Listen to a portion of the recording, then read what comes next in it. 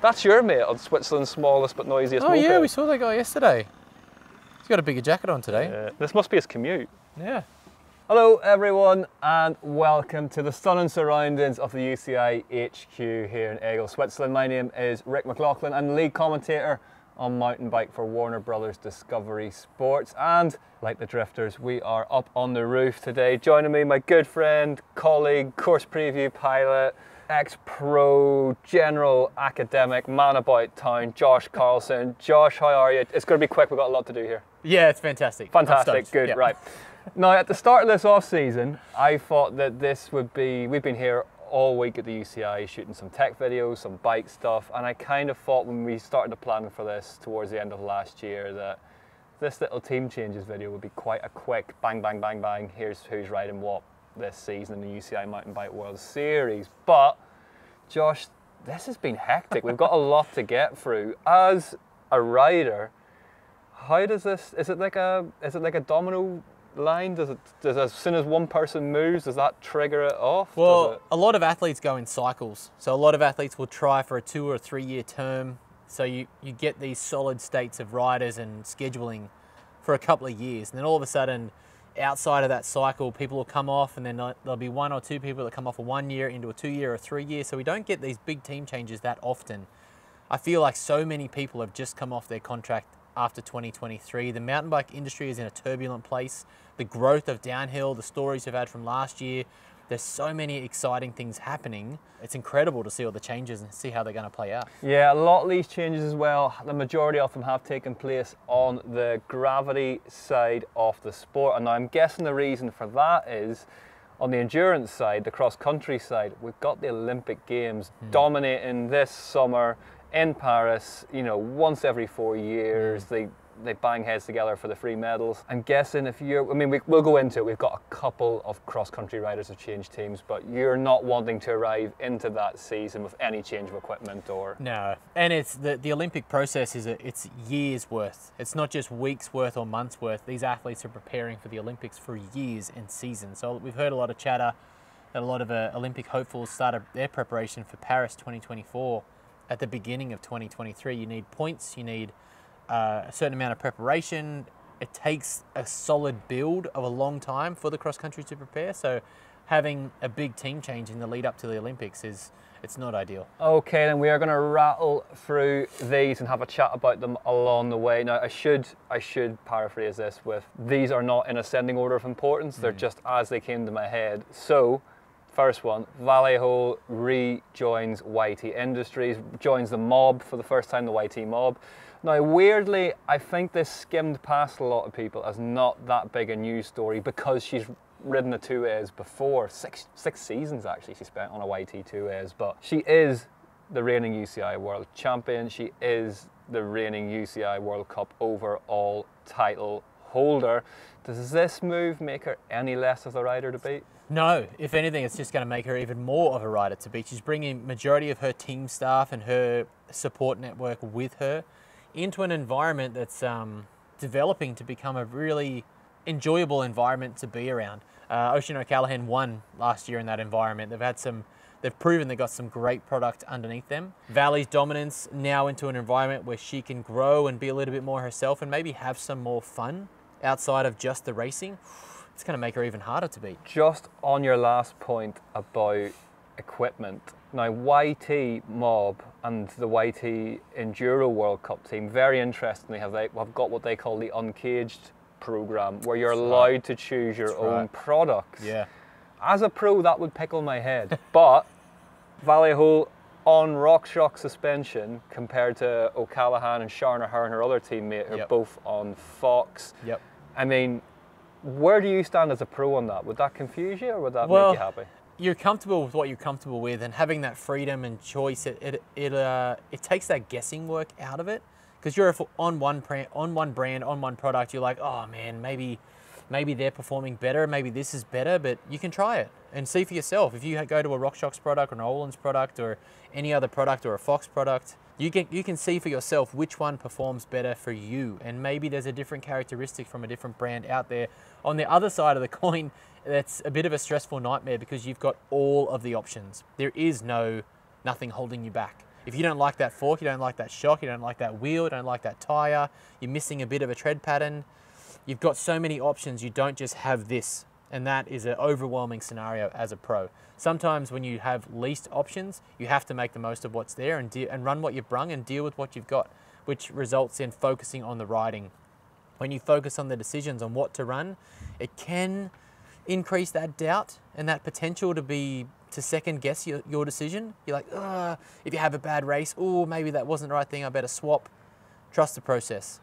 I don't think Valentina Hole is a woman lacking in confidence No. after that last season. I think she's got the courage to back her convictions. But I say it's a but. It's not a but at all. No. That YT2 is going into, believe it or not, its 7th season of UCI World Cup racing. Carbon fibre trim, virtually unchanged. Still fast enough for Oisin O'Callaghan to win on it. When you see one of the bikes sat on the deck, very much looks like it's box fresh, brand new. But I do wonder if we'll see something new from YT this season. They are in Australia testing right now brand new bikes that are under wraps, undercover. I think you're onto something there. I think something new is coming from the YT mob. It would make sense.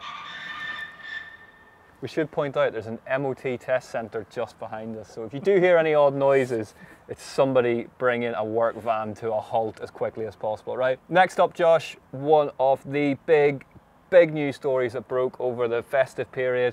Greg Minnaar joins Norco Factory Racing, the GOAT, after 16 years on the Santa Cruz Syndicate. He has just run through some of the numbers behind this. So those 16 years resulted in an overall title, 2 of his 4 UCI World Championships titles, 17 of his record 23 UCI World Cup wins. Nobody saw this coming. No one saw this coming. And it's not just about the bike. The bike is one thing, the components are another. What is a humongous change for Greg is his entire team network is different. His team environment, the tent, the way the team runs, the way the team performs outside of the race tape. That is such a massive change. The personnel, like the people who help him be him and make him perform, like the Swannies, the mechanics, the managers, the directors, the truck drivers, the chefs. There's so many people that are behind these athletes to get them to the starting line. You say that, but we're hearing that apparently Kathy Sessler, who was formerly the Santa Cruz Syndicate sort of team manager, just team looker after her, apparently may be involved in this new Norco setup. Gracie Hemstreet's going to be there. Yeah. Minnaar's been charged with working with their source program with young riders. Yep. He's developing the bike. They've got a couple of ex-F1 guys involved. It almost feels like the nest he would have wanted to build at Santa Cruz. Another company's just gone, come here and do it. And the rumours and the chatter of 2023 was was going to retire, and E-enduro could be his swan song. Fort William, Greg is phenomenal at Fort William. It was the fairy tale ending. Didn't quite work out. E-enduro, he lives in E-enduro. Yeah. Could be the fairy tale ending. I do wonder, he's won at Fort William 7 times. That world champs last season would have been, a win there would have been the mic drop moment, wouldn't it? It would have been incredible. But if you don't do that, and you've got UCI Worlds in Andorra, your adopted home, why not go for that in a new team, new setup? What are you expecting from Minnaar this season? What's a good year? What's success look like? He's in a pretty good spot. He nearly won in Pal Sal Andorra last year by a 1/10 of a second. He got beat by Deprella. If you do what he does the last 16 years, if he does what he's done, he'll get what he's got. He's gone somewhere different. He's only got positives to look for. If it doesn't work, fix it. I mean, he's there to develop the bike. He's there to develop the team. If he does perform, amazing. He's not really got anything to lose. He's got everything to gain. Something wasn't working last year. He had that many mechanicals and issues and bits and pieces. Luckily, he didn't crash, but he had something happen more often than it didn't. When it did work, it worked, and he was on the podium while he was there. A lot of rear end mechanicals, wasn't there? A lot of blowing shocks and punctures. For him, something wasn't working, and this could be the best thing that could happen to him this late in his career. He's a tinkerer. He will change. So having that option, he knows what he wants and he knows what will perform. So having that option for someone like that who's so mature in some regards, but such a professional athlete and so dialed in with his setup, it could be the answer. Yeah, worth checking out. We did do a full sit-down interview with Greg on his move to the Norco Factory Racing squad. earlier on the year. It's on the UCI Mountain Bike World Series YouTube if you want to check that out. Talks about the new bike and what the riding impressions are from it. Next one, speaking of things we didn't see coming, Thibaut Deprella joins Canyon Collective downhill team. That's a big one. That is a big one. Now there were rumours around the pits and stuff that Valley might go to YT. Greg wasn't necessarily happy with how Worlds panned out on the syndicate, but literally no one mentioned Deprella going to Canyon. And it's not something we expected. He stepped up as the team leader in 2023 when Emery and Miriam bowed out. Thibaut was there. It wasn't that he wasn't the team leader, or there is a team leader, but he was almost in Emery's shadow. He got to step up. He got the win. He got into that limelight. He became the leader of that team. And he liked it. He and said he liked that pressure made him go faster. And now he's stepping into a team that has had success. I mean, that team before with Luca, with Troy, with Dante, they've had success before. Troy's been one of the most consistent downhill athletes we've ever seen. From years and years and years, he's always there. So that team works, the team environment works.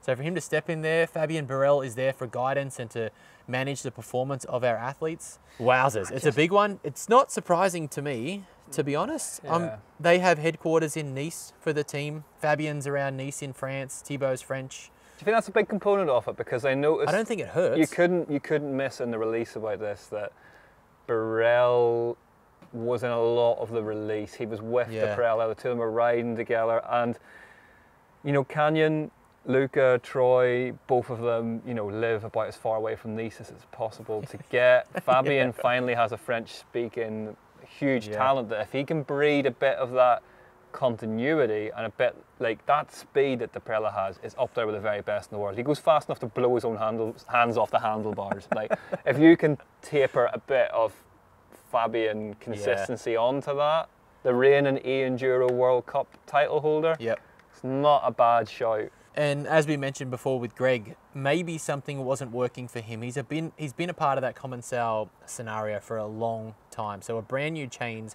an opportunity to develop into his own path. Not something he's grown up through, not something he's developed through. He's went there and is now expected to perform. Fabien has a very high expectation of his athletes. They work their athletes hard and they expect a lot from them. Maybe that's what he's chasing. He's expecting and he wants that stress. He wants that pressure. He wants that ability to perform and that expectation. Slight shades of whenever Vergier left Lapierre to get out into the shadow of Bruni a wee bit. I say not so long ago, fairly long ago. If you're Troy or Luca, how do you see? You just looked at me as if I wish you weren't going to ask me that question, but it's. I mean, you've got two big name riders there, and all of a sudden there's now a third one. Troy's been phenomenal over the years. He's. You know, it feels funny to say that he's one of the veteran riders of our downhill World Cup field. He's been there, he's done that. He needs to win that. I'm going to say he's been there, done that, won that. He has won. What's it going to take for Troy Brosnan to step up and win? Yeah. Maybe the ignition of a French, fast, brand new rider to the team.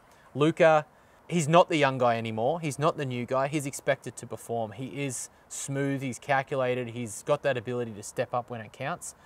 But something's not quite clicking for him to be there all the time. That team with the management, with their staff, their chefs, it's got it. It's got it all. Gloria Scarzy this season as well, on a canyon, making the jump from enduro to downhill. Rare we see the move go in that direction. How do you see her chances this season? Oh, I think she's a bit of a wild card, to be honest. She's got some insane speed and capabilities on the bike, and to focus that energy into downhill. So to go from enduro, you have to be comfortable with being uncomfortable. You don't exactly know what's coming, and you have to be a bit of a lunatic. Downhill, it's the same crazy person, essentially. Not crazy person, that headspace, but it's a little bit more calculated. You know the track, you know the risks, and you know what it takes to push. With the guidance around her, again, with the experience from Fabien, the Canyon Collective, their team, we might see a little bit of consistency come up and she might grow into that space. I mean, more and more. We know that basically all pros contracts are kind of dictated by how many extra bikes a manufacturer thinks that having them on board will sell. It's a clever team from Canyon in many ways. You've got a big American name, you've got a big Australian name, and a couple of big European names on there, as well as Millie Jonset as well, of course. Next up, again, something no one saw coming, Ronan Dunn, Dakota Norton, Ryan Pinkerton, all on a brand new Mondraker factory racing team. How good is it to see another big factory squad in the pits? And that's a proper factory squad. That's not the MS Mondraker we've seen in the past. They're their own team and a new direction we'll get onto later. But the Mondraker factory racing, it's a factory setup. They're really stepping into the game and going hard with their gravity discipline. And three of the most exciting talents we've got going on. It could be a busy massage table in there. Like, those three are absolute loose units. Dakota came in hot towards the end of last year. Really put that intense bike of his in the best possible position, and now he's got a team around him that want to succeed. Yeah. They're not coming into the season just to make finals. They're putting a lot of effort into this, and to have three riders like that, a brand new first-year pro who's come off an exceptional junior World Cup season. Ronan Dunn's really growing into that space of performance and being one of those guys we're consistently talking about. Mature head from Ronan Dunn as well said that he wanted the move to, you know, get that wider sort of like universe of trainers and physios and, you know, the right meals, the right sort of program around him. It could be the perfect move for him, couldn't it? Could be the perfect move, and it's an interesting contrast between Ronan and Ryan. So Ryan, from his team of 2023, stepping into a proper factory setup, it's overwhelming. There's a lot of people around you, a lot of expectation, a lot of obligations that you have to partake in to be a part of a factory team. To be part of that top tier factory team, you have to do a lot of other stuff, which makes you get to the race starting line. I'm going to ask you another slightly awkward question you'll be looking forward to. Do you think what Jackson Goldstone and Jordan Williams achieved last season has redefined the parameters of what we're going to be expecting from Ryan Pinkerton a bit? Junior, like, it used to be the traditional way of it was outstanding junior, 3 to 4 years in elites, then they'd kick on and start winning. I don't think so. I don't expect Ryan to step into the elites with such dominance like our other riders have done. I think that performance we saw in 2023 from our first year juniors, exceptional from Jackson, from Jordan, even Remy Meyer-Smith first year elite had some really, really amazing performances. Ryan, if he does, it'll be incredible. If he doesn't, I'm not going to be surprised. Okay. I think there's a very steep learning curve coming in that space from the entire look at it. Like coming onto a factory team, being elite, brand new bike, brand new setup, suspension, Swannies, chefs, travel, there's a lot going on there, and I think it's going to be a learning curve year. He has the capabilities to be on the podium or win a race, straight up. He's shown that. He's shown he's got the speed, he's shown he's got the capabilities to do that. So if he does, no, I won't be surprised. If he doesn't make a final, no, I won't be surprised. Another refugee from that GT Factory racing squad taking a bit of hiatus. Jess Blewett, Simon Cube Factory Racing. I think that's a great bit of business for Cube. You know, she's been on the podium already. Got injured at Red Bull Hardline, I think it was, last season. Could work out very nicely for them. I think Jess Blewett's the real deal. She's the real deal. She's had a couple of great performances in 2023. She had her first podium, I think, in Val di Sole, Trentino. That's right, first podium there. So having a bit bigger team around her, and not that GT wasn't a big team, but they're stepping up to a factory setup now and direct in-house. A lot more infrastructure, a lot more support, financial support. A great, fantastic opportunity. Just to touch on one thing I thought of with Ryan Pinkerton, one thing that will be in his favour is just like Thibaut having an older figure like Fabien Barrel, Ryan has Brian Lopes, one of the greatest mountain bike athletes, bicycle athletes of all types of disciplines. Brian hasn't won that many titles and been that successful for no reason. He is now mentoring and guiding young Ryan, so that's one thing that will help that transition to becoming an elite athlete.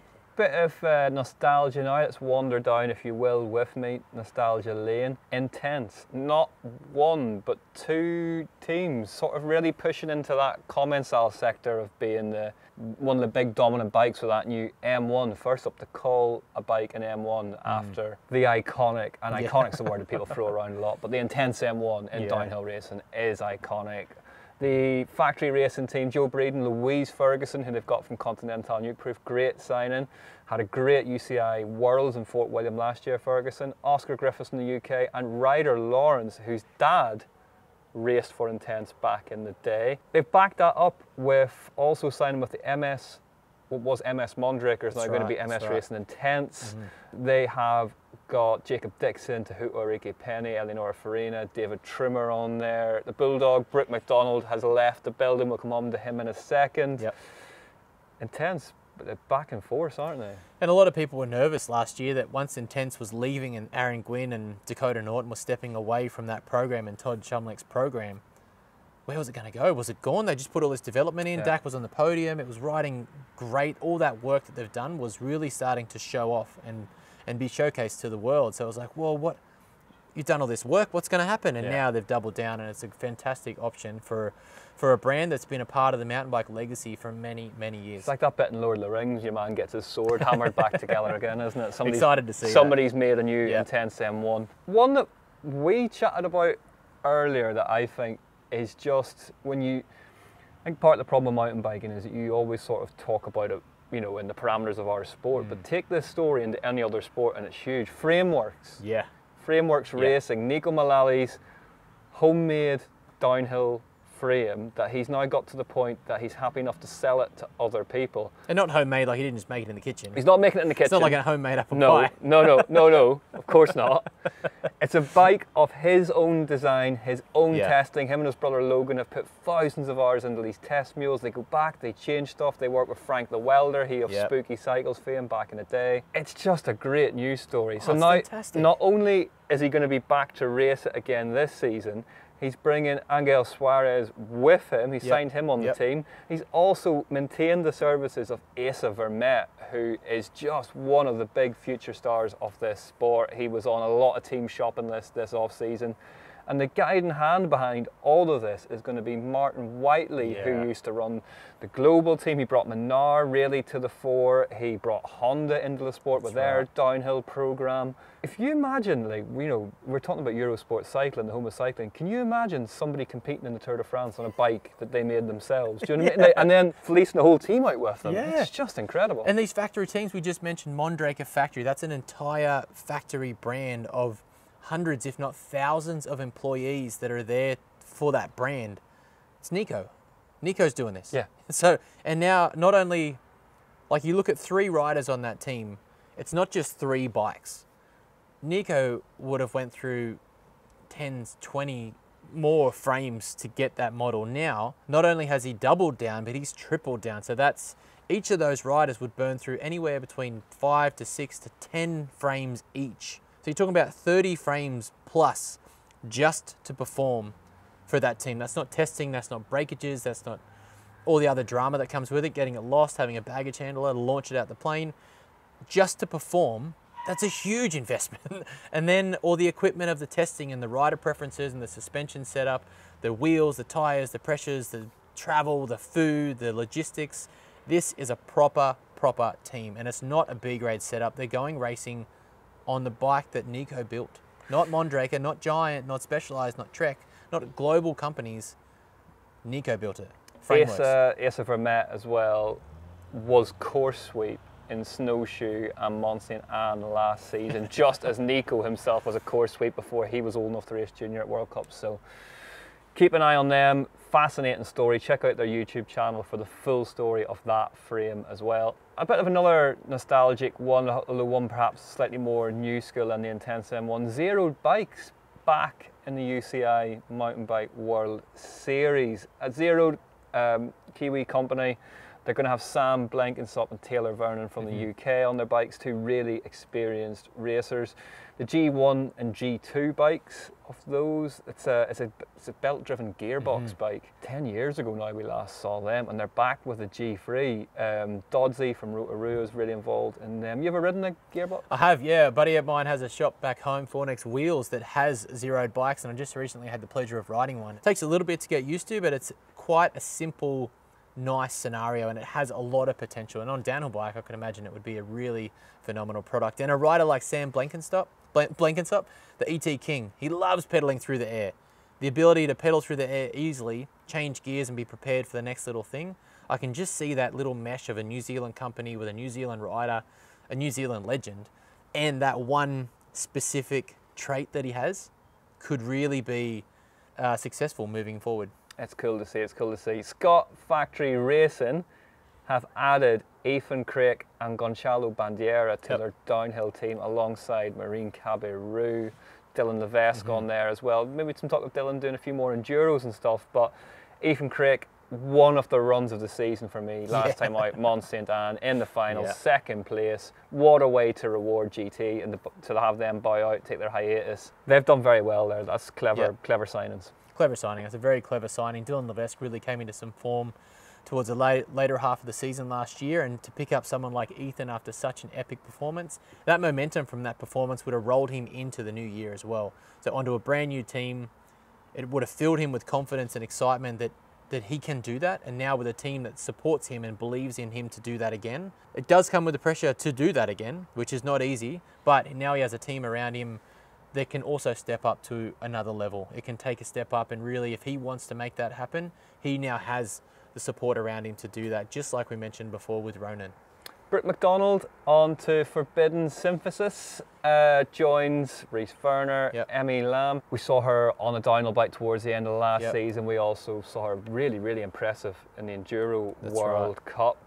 What do you make of them adding Brooke? It's a good mix. I mean, that team's really been investing a lot into their infrastructure and their team atmosphere, and their team atmosphere is what's so valuable of that Forbidden program. Bringing someone like Brooke in to have that experience, really develop their downhill bike even further. I see that as quite a freeing opportunity for Brooke. Brooke has been through it the last couple of years, and the scenario that he has recovered from cannot be discounted or overlooked. But he's back. He's looking exceptional right now. He looks the fittest and the leanest I've ever probably seen him. Yeah. And this new opportunity with Forbidden and with Connor Fearon and Dupel and all the guys from that team, that will also filter down to someone like Emmy, Reese, Alex Storr. Having that team together is really going to grow those younger riders and help the brand develop to become a powerhouse of the UCI Mountain Bike World Series. Very few, as I say, endurance team moves really this off-season. It's an Olympic year, easy to understand why. One that stood out was Zoe Cuthbert, the Team 31 Racing, the sort of team founded and developed by Jenny Rissvids. That's a fantastic opportunity for her to learn, isn't it, from a former Olympic champion. Fantastic opportunity. I mean, she was doing the privateer travels throughout Europe, and being a privateer and competing at that level is just it's so extraordinarily hard. Now to see a young athlete like that, she was a silver medalist at the Commonwealth Games behind Evie Richards. She's had some fantastic standout performances throughout the 2023 season, and now she'll have some team support around her. Jenny's been through it. She knows how to deal with the ins and outs and the pros and cons of being a professional athlete and performing at the highest level. So for Zoe to step into an established team like that, I think that's going to be a fantastic opportunity for her. Someone that Zoe Cuthbert would be very familiar with seeing the back wheel off. Ronja Blurtlinger. Yep. Joins Carter Woods, Adrian Boishy in moving up into elites this season. I mean, moving up into elites in an Olympic year, big ask, but particularly, I mean, Ronja Blurtlinger, undefeated all last season in short track. Adrian Boishy, the man that, you know, Bart Brenshans kept nailing down in commentary as the real deal. He's a genuine threat to the elite ranks. For sure, real deal. Carter Woods is a powerful unit. This next generation of athletes coming through, times are on par with the elites already. So yeah, it would be nice to get a bit more glory, a bit more champagne, but it's coming. Going to elite, it's looming. So having an opportunity to maybe take the pressure off. When you go from that junior category to the elite, you don't have a choice. Now they've made that choice, which also takes that pressure off a little bit because you are riding up. You aren't technically elite yet. So it might take a bit of pressure off and allow them to learn potentially 1 year ahead of time. So Dario Lillo is going to step up in 2025. He's going to be in the under 23, so he'll be able to hone his craft and learn how to win, learn how to be on that podium before that step. Whereas Carter, Adrian, Ronja, they're going to have an opportunity to learn those ranks before they're expected to perform or obligated to perform. Couple of big moves in the Enduro World Cup as well. We're hearing Adrian Lanfianado off that Rocky Mountain Race Face squad. That's right. Onto a new team. Yeah, new Commensale 7-mesh team. Brand new start for her. She's had some battles over the last couple of years and really been trying to find her feet again. Had some absolute heartbreakers. La Tuile stands out in my mind. Whistler, both races that she could have easily won and lost in the last stage. And it could be a scenario where good on her for stepping out of her comfort zone. That comfort zone of that Rocky Mountain team, for her, they were all their buddies. Everyone grew together, rode together, really developed that racing space together. Now she's out on her own in a brand new team, brand new bike, brand new expectations. She's got that fire back in her belly. It could be just what it takes to get back onto that podium and challenge Isabeau for a win.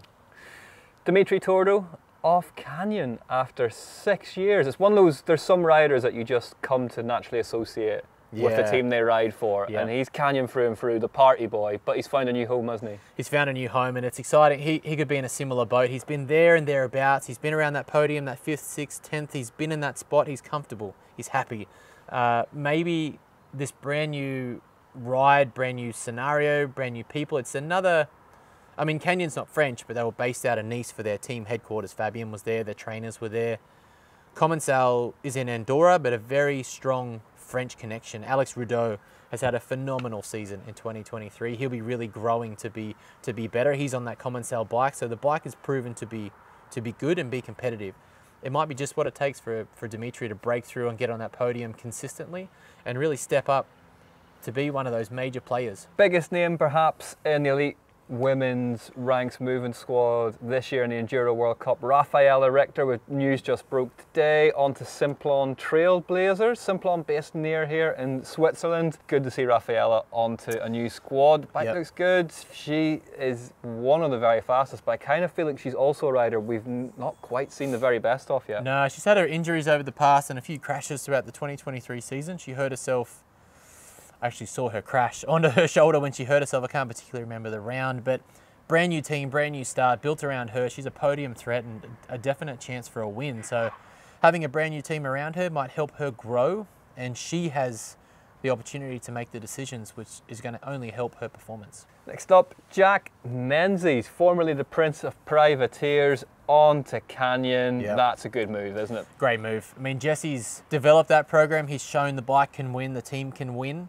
Jack moving in there, another Canadian together. Those two guys know each other. They hang out and ride together. So that would be a really cool step up for Jack, and to step up to the big leagues. It's his chance to perform now. I mean, he's been the junior, he's come up, he's had his opportunity to race around the world. He's had a couple of great performances. Now it's his time to stand up and shine and establish himself as one of those next players, one of the next generation. Another Canadian on the move, Mark Wallace, onto We Are One, a squad that people didn't see coming, but bike looks good, he looks good, stepping off that Norco. What are you expecting from that package? Well, I think he's going to be developing their race bike for sure, so it's quite a big role for him. Canadian company, it's really, really cool, it's close to home, so he'll have a lot to say. Mark is an incredibly gifted rider, but a very, very technical rider. He knows what he likes, he knows what suits, and the way that he rides a bike will be a fantastic scenario for that team to develop it around him. In that Canadian market, it'll be a fresh start for Mark, and I'm excited to see some big things. The Union, everyone's favourite sort of, I don't know if they're a satellite team, they're a youth development team, they're kind of been set up by Steel City Media and Joe Bowman. Somebody's lost their dog. Oh, the dog's chasing that bike. No, it's okay, it's bended off, the bike's going too quickly. Back to it. So the Union by Steel City Media, a team that was set up really to foster young talent. Joe Bowman, another just really great news story. Recently did a really, really interesting podcast with Vital Mountain Bike. Worth sitting down and enjoying that one. Joe talking about just how tough it is, because obviously it's that thing. You find a young talent, you foster them, they grow into a big name, and then they go. And it's kind of. But they swapped from Santa Cruz bikes onto Trek machines. There's now a man on. That's your mate on Switzerland's smallest but noisiest moped. Oh yeah, we saw that guy yesterday. He's got a bigger jacket on today. This must be his commute. Yeah. So the Union then of Santa Cruz on the Trek. We're hearing Ollie Davis may have departed. Breakthrough from 2023. He had a phenomenal season, riding exceptionally well. Sounds like he has moved on to another team. He's rumoured to be on a Commensale team for the 2024 season. So another young talent they've developed and fostered and chucked out into the world. But next. No, it's an unfortunate reality for teams like that, and it's part of the process. We need these younger teams to develop these riders, to have them shown to the factories and to the factory teams. And the whole purpose of being on a factory team is be a part of a brand to, you know, we're here to race, but we're here to sell bikes too, and he's there to develop bikes, and these young development teams really grow and develop the factory athletes and big names that we've seen over the years. Yeah, the union, big love for the union doing it the right way. I want to get your opinion on Dylan Maples getting the fairy tale factory deal at Commencal by Muck-Off. So this is the guy who he had an impressive start last season as a privateer. I think he was travelling around the circuit with his mum, and they were doing it all out the back of the rental car. Yeah. And then got really the fairy tale call up from the Ruffin brothers at Commencal by Muck-Off by Riding Addiction to say, we're really short on riders due to injury. Do you want a space in our pit? We'll give you the kit, we'll give you the bike. And he came in, was a breath of fresh air. Culturally, they said, as much as anything, you know, a young American guy, full of energy, full of confidence. And he said he told us in Snowshoe, I'm under no illusion. This is a 2 or 3 race deal, and I'm going to be back grinding, trying to find a ride for next year. Didn't have to look that hard. Just check the inbox. Got offered it. Are you surprised by that? Are you not surprised by that? No, I don't think so. I mean, Commencal have a knack of finding some new emerging talent and nurturing it. I mean, Amory's been on that program for quite a while now. Alex Rideau's been developed through that program as well. There's been a couple of athletes who have really grown in that Commencal program. So, no, they're looking at something that maybe they saw early, and for him to have an opportunity to go to the races with the big show now. Thibaut's out. There's a new gap. You've got 2 of the most experienced and most successful downhill athletes we have, Miriam Nicole, Amory Piron, and he's right there in the middle. He's also spending some time in Australia to get ready for the to get ready for this upcoming international season. So it's going to be great to see him step into it. Another scenario where I don't think we're expecting him to perform and win or be on the podium straight away. We don't have that pressure and that expectation on him, but we do expect him to grow into it, be a consistent finals rider, and move towards that top 10. I mean, the bike, the program, the team, they've proven how successful they can be. They can win. Definitely. There's no excuses. It definitely feels like a round peg finding the round hole, doesn't it? He's just fitted in there perfectly, loves it. They love him. Great. Funny one, Zach Johansson onto Cube Factory Racing. Now, I say that that's funny because his professional career so far in the Enduro World Cup has gone Ibis Cube, which if you can tell me another pro racer that's done that, I'll be impressed. But great to see Zach back on a ride. That bike looks good. Are you expecting, I mean, he had some solid results last season. In amongst becoming a dad for the first time, not easy either. That's right. I mean, the unfortunate demise of the Ibis Factory Racing team, he's back to Cube. They've got a young development program going on. They've always had good, solid bikes in their lineup. He's had great success with that program, not necessarily talking about the bike, but the program, the people around it, the staff, the travel. That is a big factor. So for Zachariah, who kind of got a little bit left out, and that team, that scenario folded. So he went back to somewhere it's comfortable, it's easy for him, the bike's good, they can develop it further into the future. Zach's always there and thereabout. He's always a solid rider you can depend on, rides well, rides fast, nice style. It's a good, comfortable move. I think we'll continue to see some great things out of Zach this year. There we go. I mean, there's still all the ones we haven't touched on. We didn't even touch on all the big dogs, but none of the big dogs are changing. Jordan Williams apparently is getting a brand new bike for the Specialized Gravity team. He's been on the new one, hasn't he? Can Loic Bruni do it again? Can Loris Vergier win? Can Troy Brosnan win? Did you speculate to me that they maybe just sent him Loic's bike from last season and give Loic a new but bike? He's a foot taller, so it doesn't work. Maybe.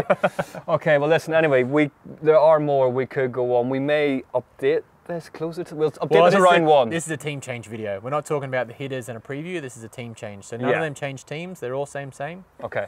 Right, we need to calm down. That was all very exciting. We're both excited to go racing this season. So should you. But don't forget to stay tuned to Eurosport Cycling, as well as the UCI Mountain Bike World Series channels, YouTube, Instagram, and TikTok. The home of cycling. We can't wait to get to the first rounds of the season, nor should you. We'll see you there. Thanks for watching.